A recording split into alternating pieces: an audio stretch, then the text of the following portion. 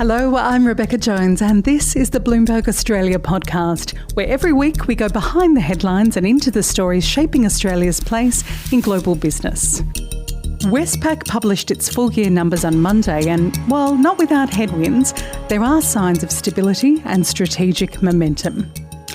So how is Westpac navigating margin pressures, consumer sentiment and a very competitive landscape? Bloomberg finance editor Adam Haigh is here with me now, and we're asking all of these questions to the person in charge, Westpac's Chief Executive Officer, Anthony Miller. G'day, Anthony. Thank you for joining us. Thanks for having me. Pleasure to be here. So we're speaking right after you've released Westpac's full year numbers, a full year for Westpac and a full year for you. You started in this role in December 2024. Anthony, what's been the biggest challenge of this first year in the hot seat? Look, I would say that there's certainly been challenges, but it's been so enjoyable and in many ways more enjoyable than I thought it would be in my first year.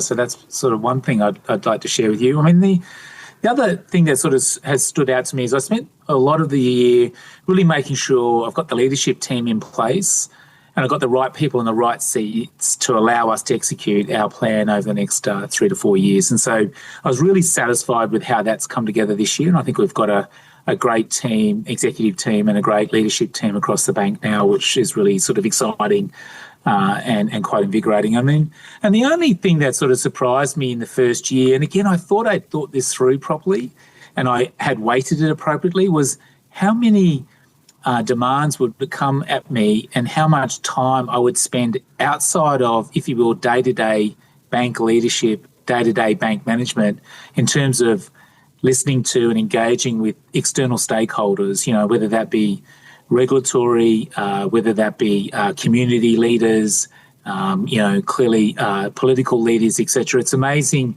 how many do want to engage with the bank, and that's an important responsibility, which I knew coming into the role. I just didn't realise how much time I would end up spending on that. So that's been a little bit of a surprise over the last 12 months.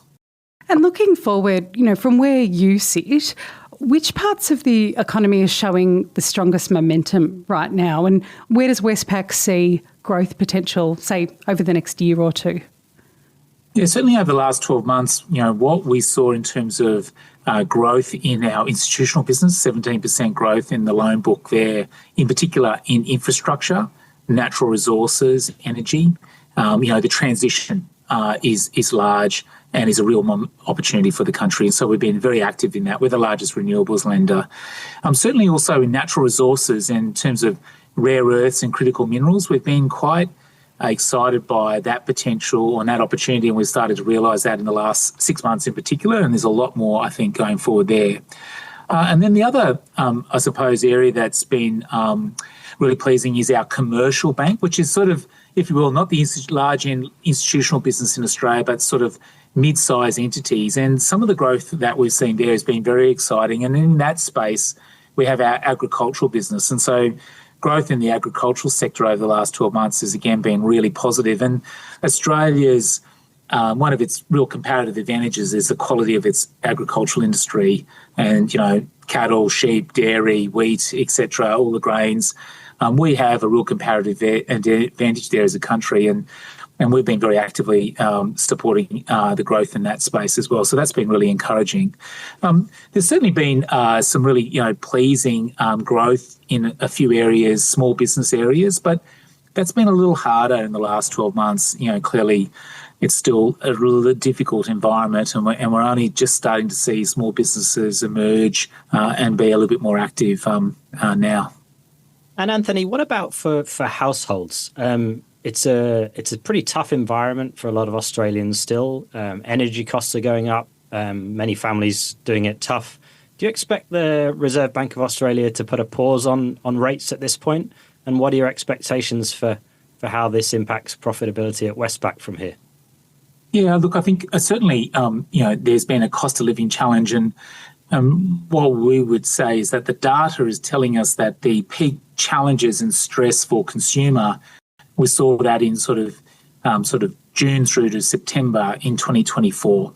Since then, all of those indicators of that stress and challenge have continued to improve. So 90-day plus delinquencies in mortgages continues to reduce. Stress levels in the book continue to reduce. And so the evidence is that, that community, the consumer community, has navigated it so far. That's not to belittle or demean the fact that it's still hard going, but we certainly are seeing more positive sentiment in the consumer sector. And only recently, our analytics team highlighted the increase in consumer spend on credit cards was up 6.5%, which was the highest lift we'd seen for a couple of years. And so that was encouraging. Having said that, sentiment is so, if you will, impacted by headlines, impacted by the outlook for rates. And I think we just need to see how the next couple of months go in light of the fact that in light of those inflation numbers we saw last week, it does feel unlikely that the Reserve Bank will cut interest rates in November. And so therefore, as a result, that might have a little bit of a negative impact on consumer confidence and sentiment. But we're also coming into that part of the year where there's a natural seasonal uplift in spend and behaviour as people sort of try to enjoy the end of year environment. So how will that play out is something that we're watching quite closely. But, I would say that, what also sort of continues to come through is the resilience and the sort of conservative and thoughtful way Australians navigate, challenging situations. Their resilience is quite remarkable. And so, for example, 85% of all the mortgages at the bank, people are ahead on their payments. So they've got buffer on their payments. And so therefore, they're in a good position if things were to return to a slightly more challenging setting. But sort of wrap my commentary up there on that is that it does and is looking a little bit more positive than the headlines, but it's month to month at the moment, and we'll see how things play out over the next 3 months. And that certainly does sound, with a positive undertone from you. But within that, are there any pressure points that we should just look out for where things are just a little bit poorer? Look, I think there's always perhaps a region that's a little more challenged than others. Certain sectors are a little bit more challenged. We're certainly seeing in the discretionary end in small business, cafes, restaurants. It's a little harder than it has been for a while, and so we're just remaining vigilant on that. I would like to think that with the recent uplift in spend that that's indicating to us that people feel like the worst of it is behind them. But there is no doubt that people are highly attuned to the interest rate outlook and the sentiment that follows from, an uncertainty about whether interest rates will go up, stay the same or go down is quite impactful. So it's one that we remain, I suppose, vigilant on. And then the only other, perhaps call out is that with the recent increase in private investment, private sector activity, that's a little bit of a positive sign that at last the private sector is going to take the lead on driving investment in Australia, driving activity, which is really important because that's the right kind of growth we want if we are going to grow jobs and grow productivity. And hopefully that takes the lead and takes the burden away from the public sector in terms of driving growth going forward. The only other thing I just call out again to sort of round out what to keep an eye on is we are forecasting an increase in house prices over the next 12 months. And obviously that represents a challenge for people wanting to enter the market, but it's also important to give weight to the following, which is 2/3 of Australian households either own their house outright or are paying off their house. And so therefore the wealth effect of an increase in their house price is impactful. The sense that they are getting ahead, the sense that as they pay off their mortgage, the value and the wealth creation is going in the right direction for them with an increase in their house price is a very important signal and shouldn't be, if you will, de-weighted when we think about what's happening in the Australian economy.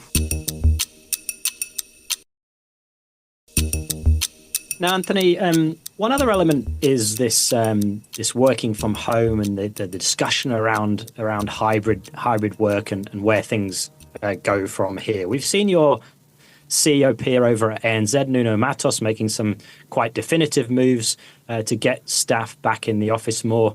I mean, the big four banks altogether employ tens of thousands of Australians. But what have been your guiding principles around the decision of where your staff do their work? Yeah. So look, our goal is to be the employer of choice, where the best want to come and get a chance to be the best every day. So that's sort of, a starting premise. The second point I'd like to sort of draw out is that, we've been very focused on making sure we're as flexible as practical and as flexible as possible that we can be. And I would say that we think we've got the balance right. Our policy is 2 to 3 days a week in the office. We think is the right balance. And I would say that actually what we then also really focus on is we want outcomes. So if you're going to work at Westpac, what's really important is that you deliver outcomes, and we can therefore be flexible and rational around, what is the combination of work from home, work in the office. But we do need to anchor it around the fact that we need outcomes. And I think everyone has really embraced that at Westpac, and I'm really pleased with the engagement levels we've got from our employees, the engagement scores we're seeing, which highlight I think we're closer to getting it right than not. And so it's 2 to 3 days in the office is what we're working towards and challenging everyone to deliver on. But everyone has to deliver outcomes no matter what arrangement they have. And then the only other point I just sort of leave you with, which again comes back to something that I think is really important. We want to, when we think of ourselves at Westpac as a team, whether it be the executive team I'm working with, the leadership group, but the broader 35,000 people at Westpac. And a number of our team, and it's our magnificent branch staff, they're in the office 5 days a week. They have to work Monday morning through to Friday afternoon in branch operations around the country. And their presence and their activity levels drive a lot of business into the bank. And so therefore, if we are going to be one team, everyone needs to be sensitive that they can't just arrive with an expectation or a sense of entitlement that they only need to be in the office 1 or 2 or 3 days a week when we've got others who commit 5 days every week. And so I'm working really hard, and we're working really hard as a bank to make sure we get a balance that's right, because what we want to be is a team that delivers and delivers outcomes. I want to change tack now and ask you a little bit about AI technologies, Anthony. It's not unique that businesses, including, of course, banks, are using AI to better understand, to service, to target their customers' needs. But, one thing that's possibly more urgent than this mass adoption that we're seeing of AI is protection from it, especially when we're thinking about the increasing amount of financial scammers. We know you've got Lewis Ujana, the former Chief Digital Officer from Macquarie, starting in January. But beyond that, how are you approaching this from a resourcing standpoint, that balance between wanting to leverage AI technology and being one step ahead of the bad guys? Well, we're delighted Lewis is joining us. I've had the privilege to get to know Lewis over the last few months, and he starts in January. Very excited with what he is going to help us achieve at Westpac. The way we're thinking about AI is sort of, and just forgive me for setting a little bit of context here, the use of artificial intelligence and tools such as machine learning, artificial intelligence, and now generative AI moving into agentic AI programs is sort of a journey that we've been on and many companies have been on. And certainly we think it's got an exceptional amount of application that we think is going to make a big difference. There is a lot of hype, though, and so the question for us is making sure that as we go about this, we do it in a way that we think delivers value, delivers tangible outcomes for our customers, our employees, and for our shareholders.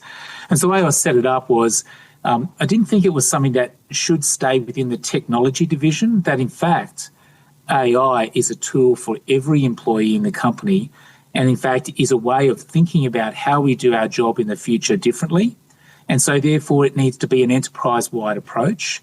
And so therefore I appointed Dr. Andrew McMullen, who's global thought leader in the space, to look after digital, data analytics and AI for the company, reporting to me, because I want this to be an enterprise-wide approach. And so therefore the way we're going about it is that this is a tool that in the hands of our people, if they're properly trained and properly invested in, can help them do their job better, faster, more consistently. It can also take away from them the mundane and perhaps the less enjoyable aspects of their roles. but it also can ensure that they can be better and they can do more interesting things. And so we're quite excited about that. But it involves us investing in AI, but also investing in people alongside it at the same time, in their training, in their development, in the investment in their leaders, and how they, if you will, challenge their teams to use it. And then the last thing I'd say about it is that one of the real opportunities that things like a generative AI or an agentic AI program or opportunity throws at you is it asks you to think about how you do your job differently. Is there a different way, a better way in which I can get the job done that I need to get done? And how is it then that I take a step back and think about, can I change the process to allow an agentic program to do a lot of the steps for me, and I intercept whatever it is needed at the start or in the middle or at the end? But more importantly, I'm not in the middle of everything as we progress a product or service to our customers. So one of the real challenges is to have a workforce that feels motivated, inspired, remunerated to think openly about, can I do my job differently, and can I use this tool to help me go about doing my job differently to drive faster, better, more consistent, more cheaper outcomes. And then, of course, there's lots of things where we feel like the properly constructed agentic program can do a lot of high quality work, helping customers quickly get through a lot of the mundane tasks they need to get through, and then arrive at that moment where they need to speak to or want to speak to one of our bankers, but all of the mundane, challenging, just hard work has been sorted, and therefore it's a much more constructive, value-added discussion between our banker and the customer at that particular point in time. And so it's, again, something that helps us do it better for our employees, or helps us do it better for our customers, is the way we're thinking about it. And what about the more nefarious uses of AI? Is the overarching goal of the training to skill Westpac staff to be critical of that as well? Like if something doesn't smell quite right, they'll know what to do? That's exactly right. I think that's formative for everybody at the moment, is how do we, if you will, train and coach our people in relation to this tool and its potential application for nefarious reasons. We're certainly in what I'd almost describe as an arms race in the financial crime landscape and the cyber security landscape, where external challenges are coming at us, if you will, empowered by, amplified by AI, agentic, otherwise programs in the hands of bad actors. And we're therefore having to invest in our defence mechanisms with similar tools and skills to be able to meet it. And so it's effectively an arms race in terms of agentic, or call it generative AI capability, in terms of fraud and scams, for example. And so we're using that tool to help our scam centre navigate challenges. We're also using it to help us with our fraud and financial crime and if you will, money laundering assessments. It's really a powerful tool to help us get through a lot of information very quickly and process it very quickly, which allows us to keep up with the very high level and high frequency of activity that we see from obviously external characters. And so, Anthony, as you head into your second year at the helm, just reflecting on those comments at the start of this conversation about some of those surprises around what's taking up your time and some of those external commitments with regulators and politicians and other actors, how do you see the next 12 months, and what are you really excited about over the following year? Yeah, I'm really excited about the fact that I've got the team together, and we've got an outstanding team. We've got the right people in the right seats with the right skills, and we've got a clear plan of what we've got to go after over the next 12 months. And so I'm quite invigorated by just getting into the execution of our plan and really getting after, all the things that I know if we deliver on will just transform this bank, liberate and really invigorate its performance. So I'm quite energised by that.